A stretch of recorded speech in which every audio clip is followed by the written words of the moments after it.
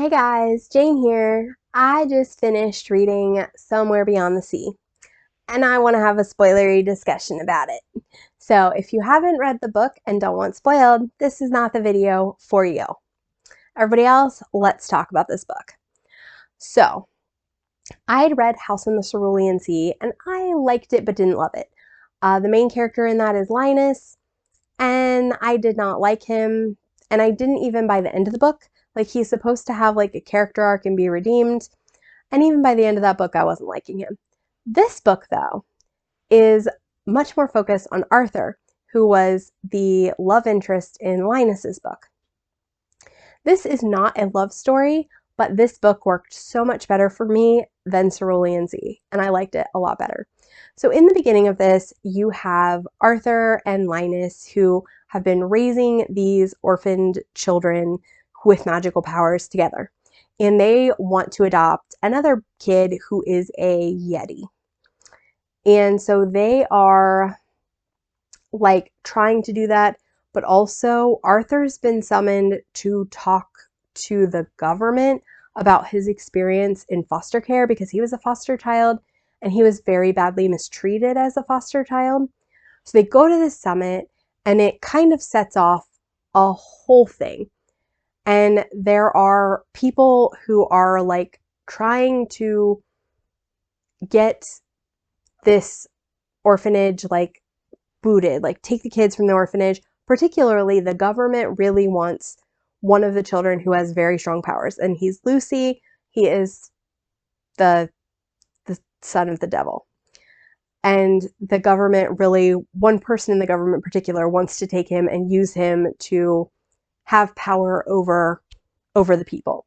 This is very much about prejudice and, people being against people who are different because there's all these rules for magical children. And this book is so much like the magical children being amazing. We do get the Yeti child comes to the group while all this chaos is happening. There's so much discussion about foster care, so much discussion about, the treatment of children within the foster system, about prejudices. It was overall a lovely book, but I definitely don't think it's going to be for everybody.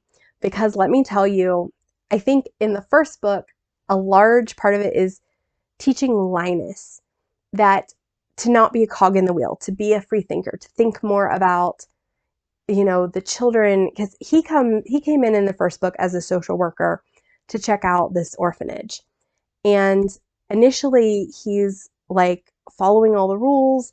Is this a good place for these children? And he genuinely cares about the children, but this orphanage doesn't necessarily look how he thinks it should look. But then he realizes that the children are happy, they're thriving, and the way they're being raised and the things that Arthur is doing, they may be unconventional, but they're exactly what these children need. So in this book, though, it's kind of different because you do have that same storyline. You have like a social worker coming in, and I do think that some people will find that kind of repetitive. I didn't necessarily, because she is more of an Umbridge type from like the Harry Potter, where she's bad. she's bad, and she's using rules to harm instead of where Linus was genuinely like a good person trying to do the right thing. She's bad. She's terrible. And she's trying to hurt these kids with rules. You're breaking this article of whatever. You didn't teach this textbook in your school and this is required reading. That kind of stuff.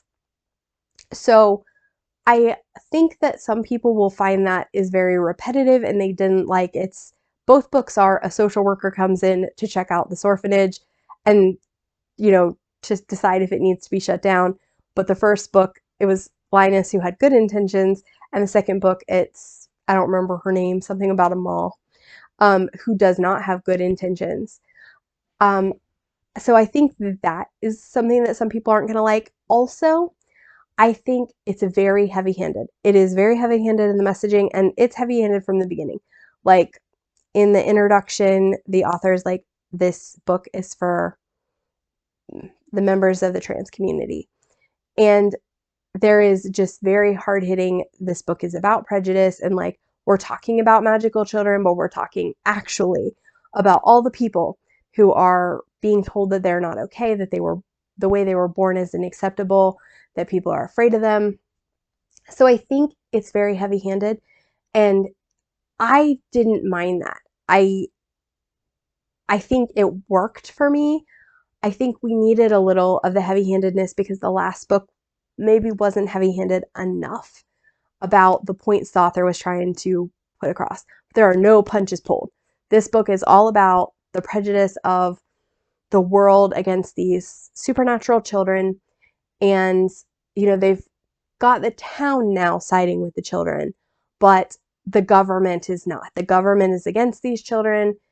They want to either control them, or they're afraid of them, and they want to convince the people that these are bad kids, and really convince the world to go against these people. And I think in the current political environment, this is an important book.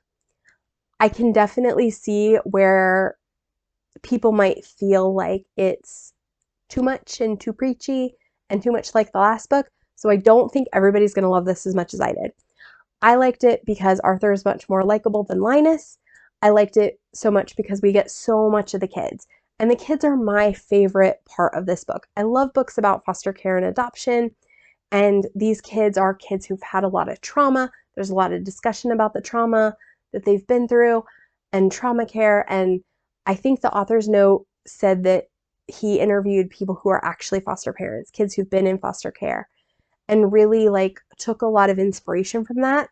And I am in several online groups involving adoption and foster care because I would like to adopt someday, and I'm trying to educate myself in trauma-informed care. So like, a lot of what was written jived with what I've read, but it was just beautiful. I loved the kids and their bonds with each other. I loved the sense of people are afraid of what they don't understand, and Arthur's attempts to educate people, but also at a certain point being like, listen, we got to just throw hands because people aren't listening, and at some point you can't just be nice anymore. I will say one of the complaints about this book that I had is that I felt that the resolution being the fairy lady who owns the island and is your majesty, that felt kind of deus ex machina for me. Like, everybody else couldn't solve the problem of the government coming in to try to take these children. So you have the island fairy who, oopsie, owns the island, and owns now the whole town and stuff, coming in and being like, yes, I'm in charge here. The king 500 years ago or whatever granted my grandparents this island, and I'm the only living heir, so I'm the queen now. So I'm going to, with magic, send you away because I own this place. I didn't love the conclusion, the climax. I thought that didn't work for me at all. I would have liked to seen something a little bit different. And I think for some people that also may feel like a bit of a cop-out at the end, because we did know that she owned the island, but having her own the whole town, and you can't really keep the kids safe from the bad guys in the government, it just didn't feel to me like a very good solution. That being said, I think the story still worked, and I wasn't too mad about it because I liked overall most of the stuff that happened in the book, that I could just be like, okay, the ending wasn't quite what I wanted, but it was whatever. We're still having a good time. That's what mattered. The other thing I will say, I listened to the audiobook version and I wish I hadn't. I already had an issue with the first book, which is I read with my eyes, feeling very cartoonish and having a hard time like taking it seriously almost. And I very much had that issue with this book with the narrator.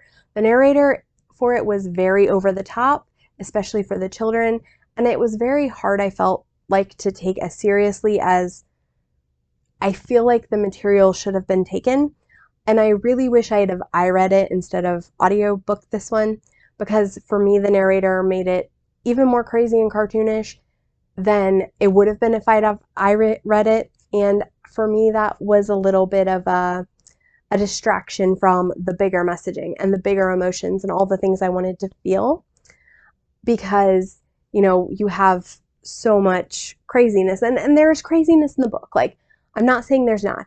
You do have a lot of funny, crazy, zany stuff happening in the book, but I think the narrator like even took it further.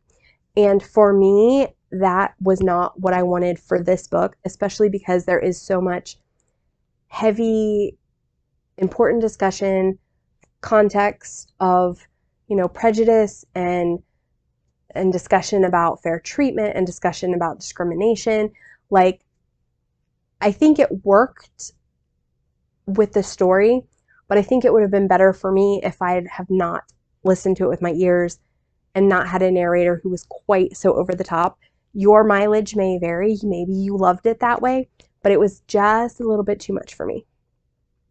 So yeah, those were my thoughts on Somewhere Beyond the Sea. Overall, I liked it better than Cerulean Sea. I had a really good time with it, and it was way better than I was expecting it to be. And I still love Sal. He's still my favorite. And I think Sal's one of the kids. He had a really good character arc and growth arc, and we really saw him grow up in this one. And he's kind of like the big brother taking care of everybody. If I recall, he was my favorite in the last one, and I really loved him in this one too. So yes, tell me your thoughts about Somewhere Beyond the Sea. Did you love it? Did you hate it? Was it too political for you? Was it too repetitive for you? Did you do the audiobook? What'd you think? Any of those thoughts down below. It's been Jane. I'll talk to you next time. Bye. Pictures and patterns put into words that stream across the page.